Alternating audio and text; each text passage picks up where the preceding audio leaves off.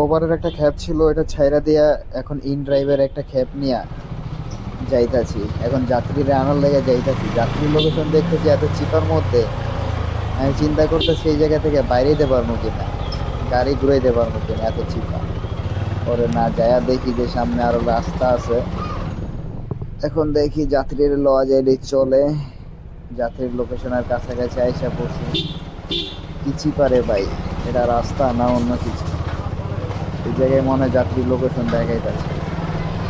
দেখি যাত্রীদের একটা কল দেই, লোকেশন আইসা পড়ছি। ওভারের থেকে এটাতে একটু খেপে টাকা বেশি পাওয়া যাইব, যেহেতু দূরত্ব অনুযায়ী 1 কিলো 2 কিলো বেশি।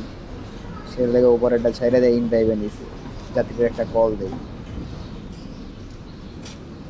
লাগে কথা বলা শেষ।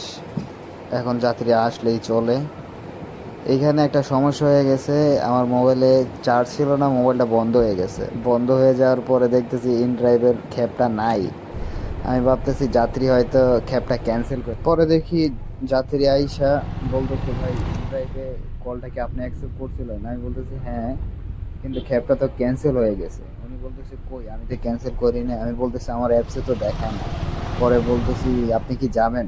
পরে বলতেছে, উনি বলতেছে হ্যাঁ যাব। পরে আর কি ওনারে বলতেছি আপনার এখানে কয় টাকা দেখাইছিল। আমি কিন্তু জানি কয় টাকা দেখাইছে, তারপরে জিজ্ঞেস করলাম, উনি বলতেছে 197 টাকা। পরে আমি বলছি আচ্ছা চল, সমস্যা নেই। পরে ওনারে নিয়ে গেলাম, আপনারা হয়তো লুকিং গ্লাসে দেখে বুঝতে পারবেন একটা মেয়ে। পরে ওনারে নিয়ে সংসদ ভবনের এই জায়গায় আসার পরে ভাই, সর্বোচ্চ না হইলে এখানে আধা ঘন্টা প্লাস জ্যামের মধ্যে। মানে এত বড় জ্যাম, কিসের জন্য জ্যাম এটা আমি এখনো বলতে পারি না।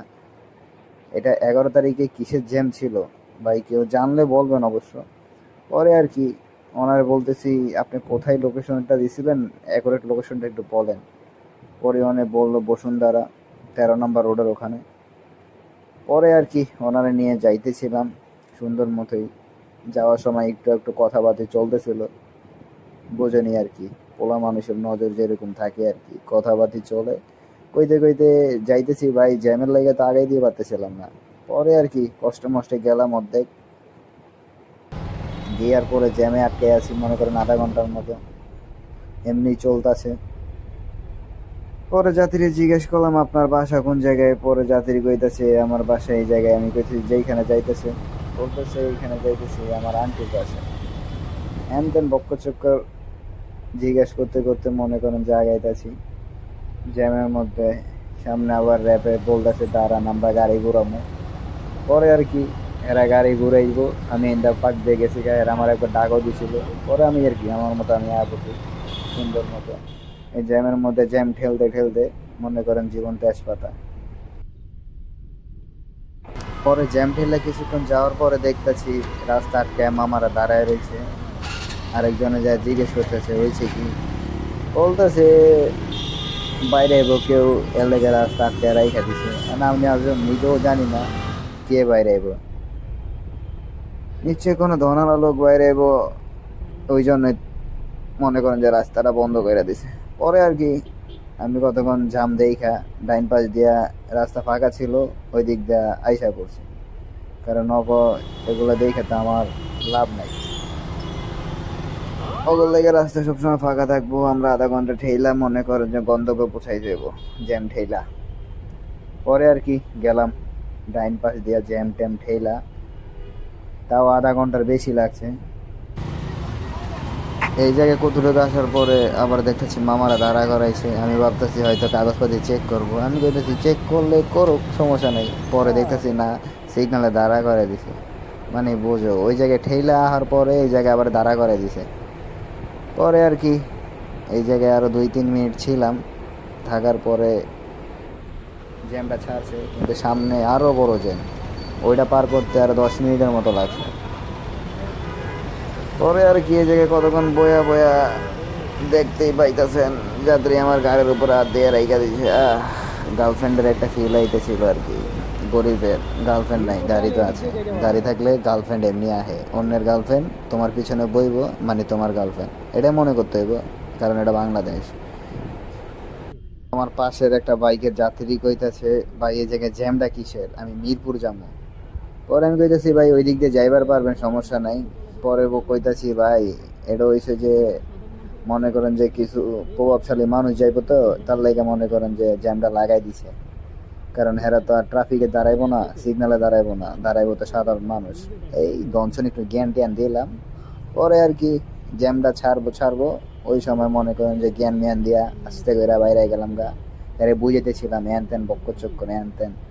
পরে আর কি বুঝাই টুঝিয়া মনে করেন যে ওই জ্যামেতে বাইরে গেলাম। আমার জানি কেন জানি ভাই পুলিশ দেখলেই মনে হয় হ্যাঁ একটা ভদ্র মানুষ। মানে এর দেখে ভদ্র মনে হইতাছে আমার।